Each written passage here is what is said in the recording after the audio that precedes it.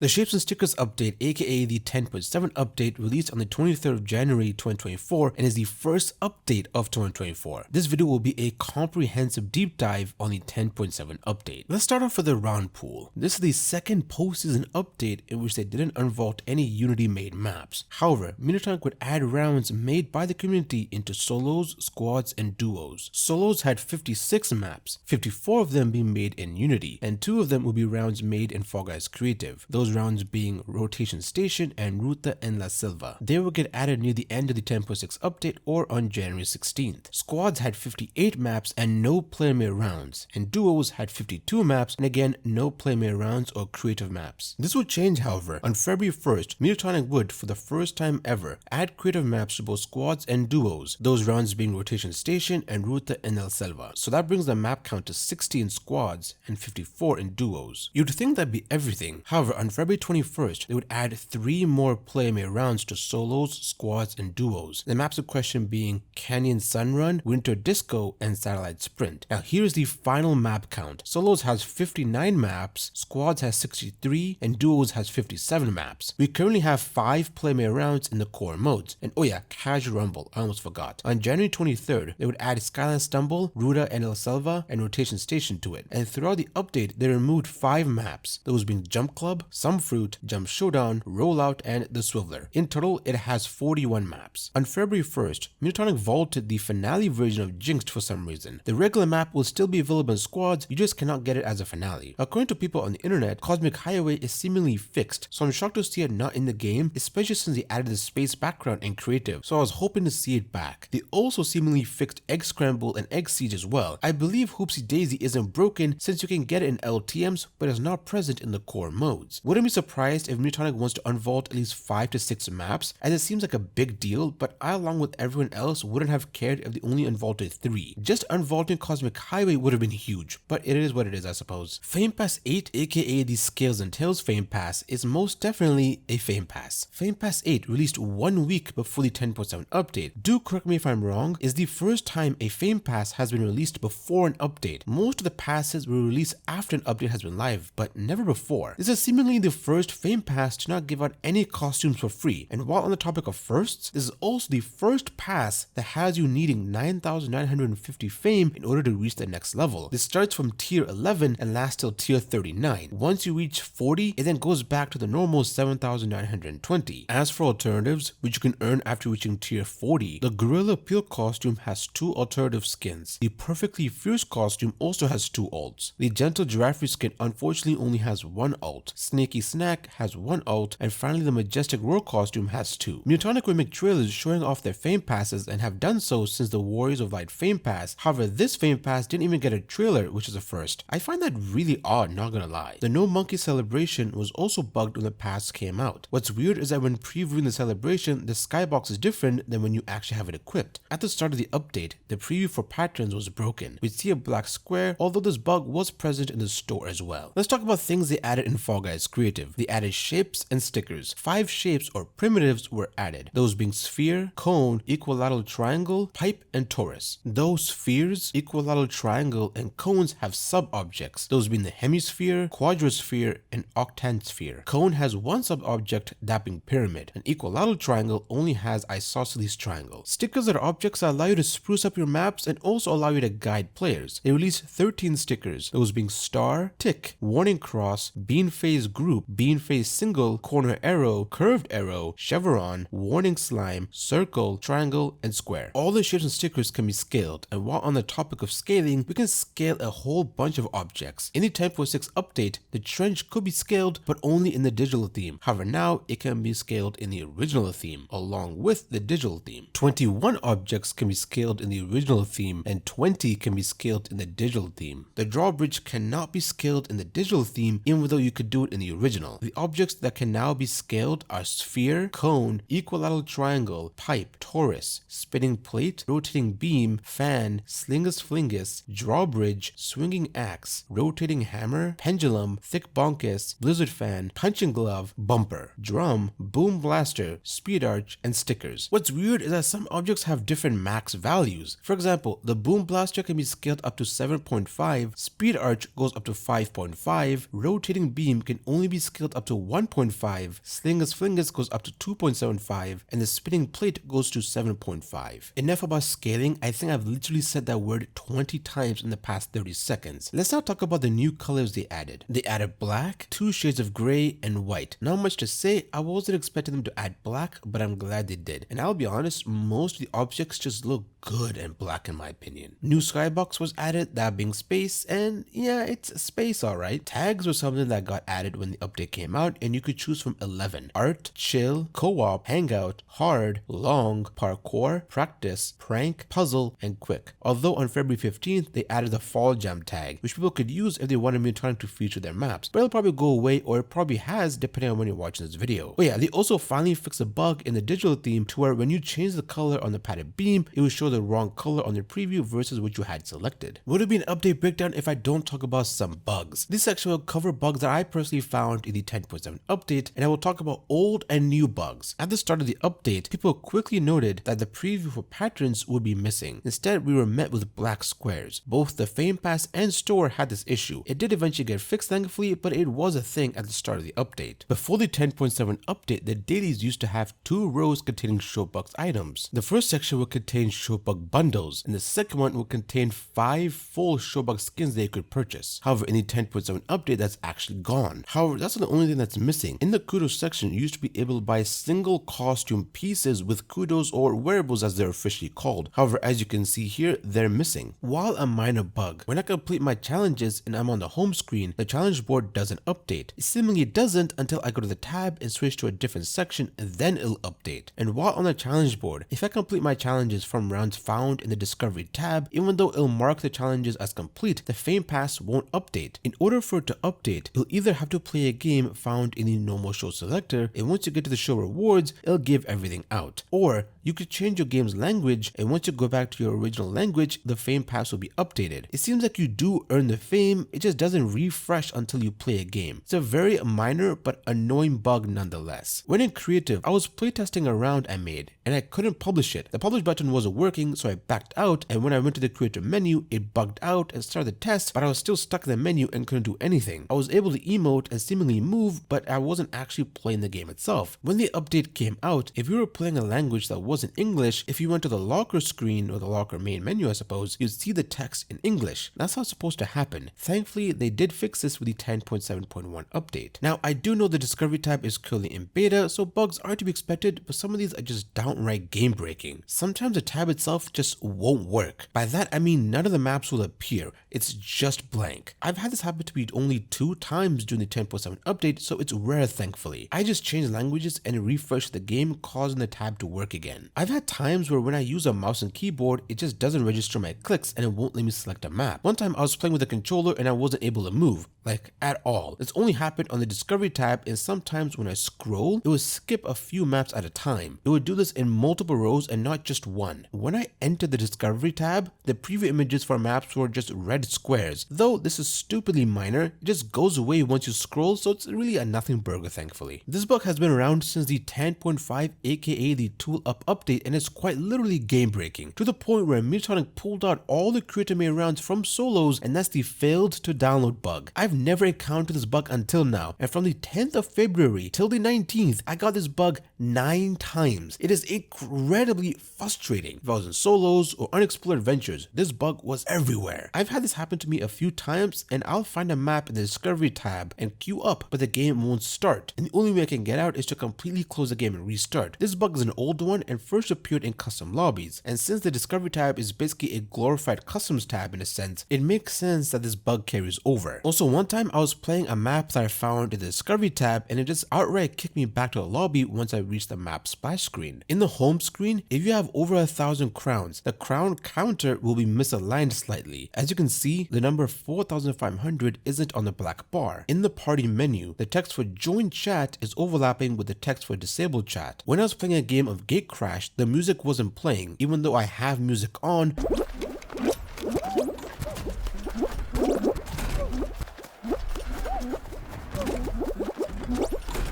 But once I qualified and was spectating, it came back on.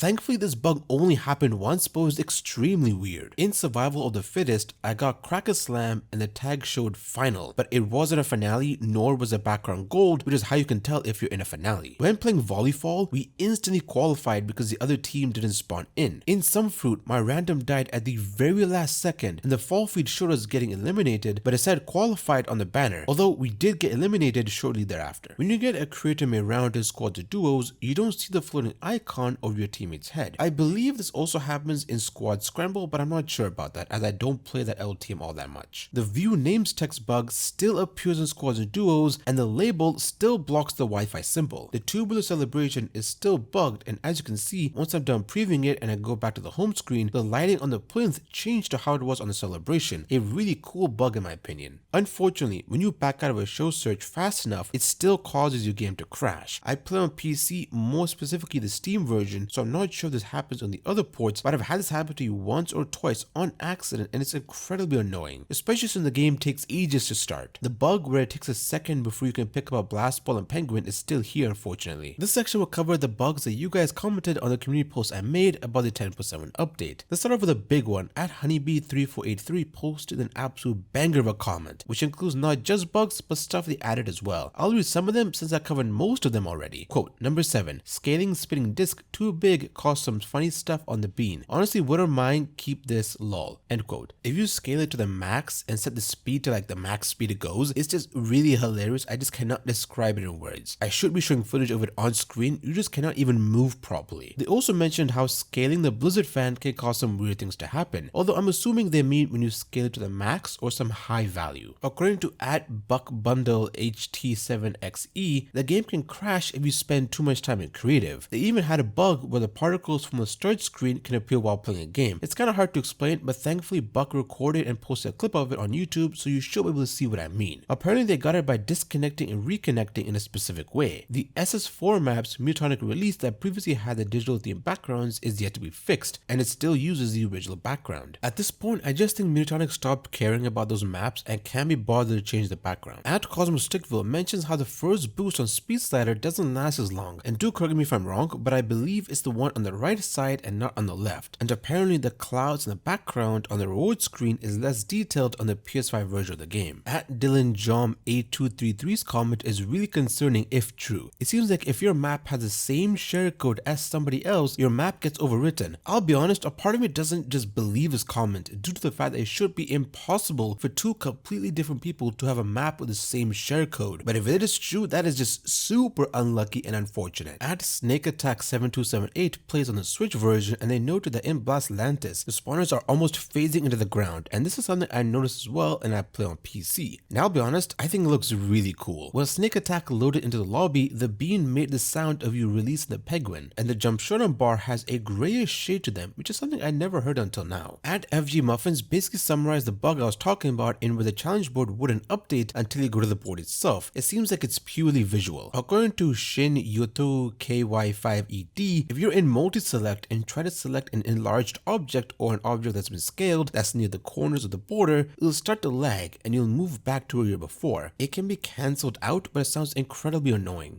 Milena Kiss said that when they crossed the finish line while playing Squad Scramble, they didn't disappear and didn't get any points either. Steven the Pikmin meme, I love that name by the way, says the force field glitch in where you can go through it even if the gate is closed is still in the game, so that's good to know I guess. The GOAT, Alex Lockwood himself, left a banger of a comment. When Finals Marathon released, the round pool was really bad. According to Alex, in one game he got Blast Ball 4 out of the 5 rounds, meaning he got it 4 times in a row. That is insane. When playing customs, you sometimes will get a bug where the load spinner will go on forever if you were on the home screen and you had to restart your game to get rid of it, and unfortunately it can happen on all ports. You can get Puzzle Path if you have 9 players, and according to Alex it should be 11 minimum like the other race rounds. Hexagon and Thin Ice have multiple variations that change the amount of tiles that's present. Seems like in every LTM and show you'd get the large board or the variant where it can fit a ton of players. However, in solos it always gives out the small board or the mini tiles variation, so you could have like 10 players, but due to how small the board is, the tiles get eaten up very quickly, making the game stupidly RNG. Also in Fall Ball Cup it gives out the small board, but that's fine since you don't have that many players left. Just like what Cosmo said, you really can't read the white text that's on the show reward screen due to it being on top of a white cloud. Apparently it's a lot more clear if you play on the PC version, and I personally don't have a hard time reading it. Dylan John left another comment, and it seems like the pendulum that people placed before the update got scaled up when the 10.7 update came out. At Mr. Dolphin4960 commented something similar as well. This bug is the same one that we got in the 10.6 update, in where the clouds scaled up to the max and broke quite a few maps. However, the pendulums will get scaled up a little and not to the max, thankfully. This is the second object to randomly scale itself up when an update is released. The sphere's hitbox is a lot bigger than it seems. I remember scaling the sphere, and as you can see, I can't move forwards even though nothing is seemingly in front of me. Anyways, those were some of the comments left on my community post. Let's talk about some of the changes. This part of the video is my favorite because it will cover the UI changes. So let's go over the most obvious changes. Firstly, the nameplate has been moved to the bottom. The past progress bar has been redesigned, and as a result, it's a lot smaller than it was previously. And they changed the text from past progress to just fame pass, and now it sits at the top left rather than at the bottom. Minitonic also moved the crown rank icon to the right side. The black bar on the top middle that houses the icons has also been shrunken down as well. I'll be flipping through some before and after for some of the examples. And while on the topic of things that have gone on a diet, the gear icon is now smaller. They raised the podium or plinth that your character stands on. It may sound a little odd or weird considering the things that I noticed, but it took me a while to realize they even raised up the podium. Taking a look at the nameplate, and you can see that they increased the size of both the username and nickname. Let's put a side-by-side comparison. The top is the 10.7 plate and the bottom is the 10.6 one. Looking at the 10.6 nameplate, the left part of the letter F is on the right side of this upside down crown here. However, on the 10.7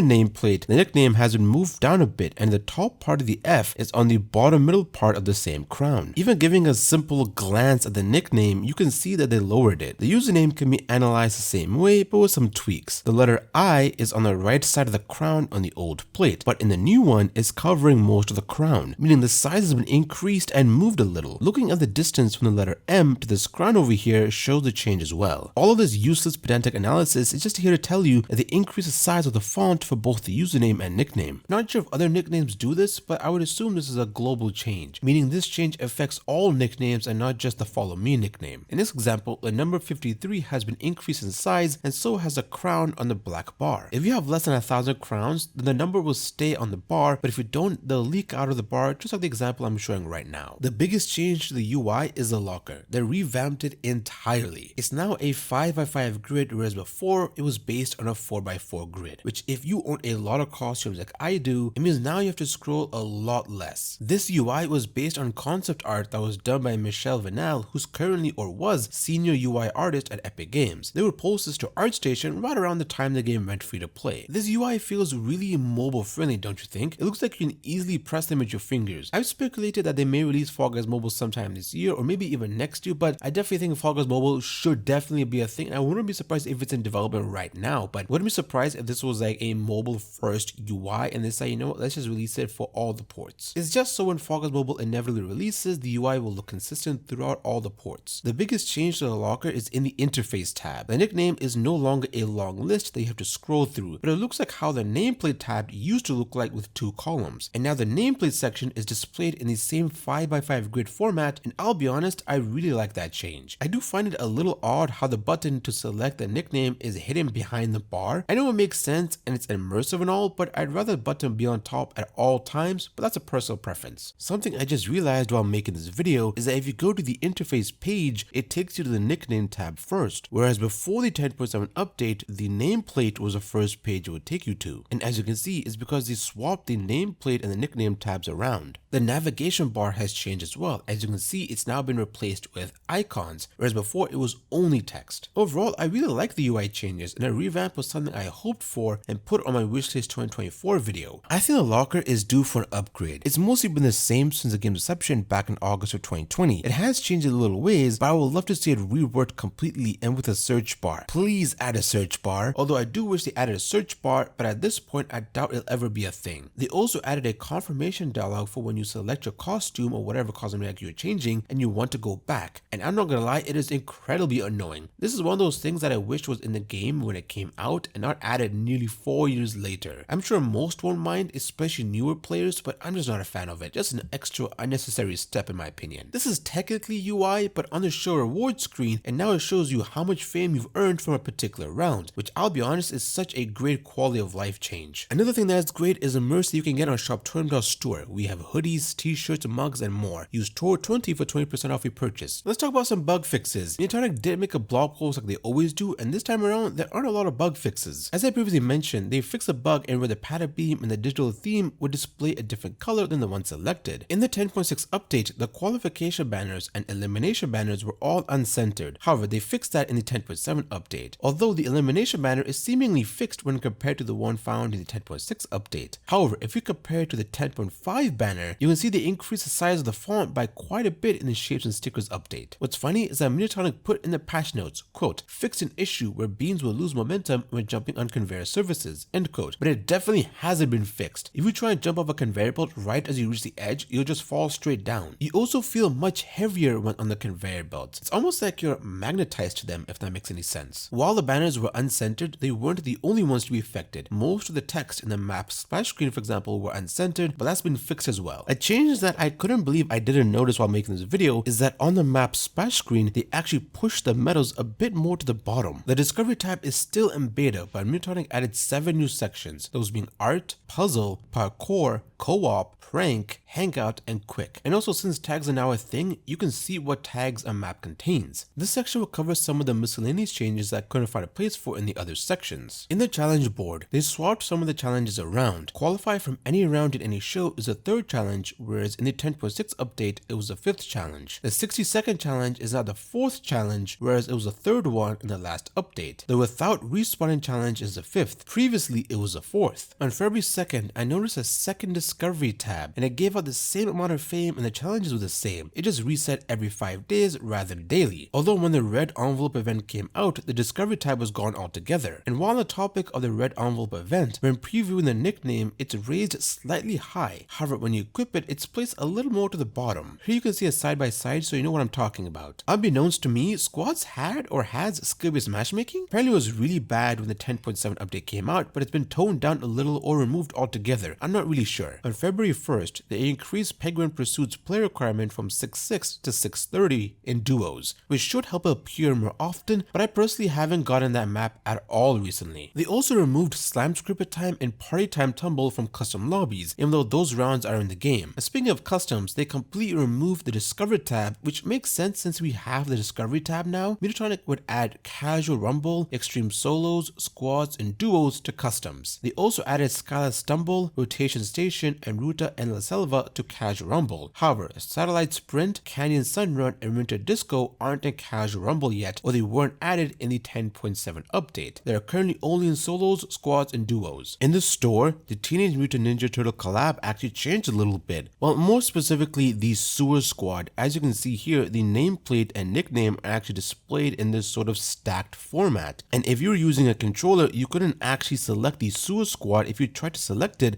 it would take you to the next section, then you would have to go up, and that's how you're able to select the nickname. However, they updated that particular section, so now everything is in this portrait style, as you can see here. I'm not sure if they're going to update all the other stuff that actually uses the stacked format, but from what I can tell, the Teenage Mutant Ninja Turtle collab actually does now have this portrait style, and I hope they update everything because it genuinely is a bit of a pain to actually try and select things with a controller if it's in this sort of stacked format. And as you can see here, the Valentine's bundle that came out when Valentine's Day came around was actually really annoying to select, and I tried to select the Air Kisses emote, but I wasn't able to. If you go to the Offers tab and click on the DLC, you'll see they changed the way they displayed the text for refunds. Before, it used to be a slow scrolling ticker bar, and now it's in a rounded rectangle. Special thank you to our Max Store members for your continued support. As always, make sure to check out ROUNDPOOL store and subscribe. It is free and helps the channel grow.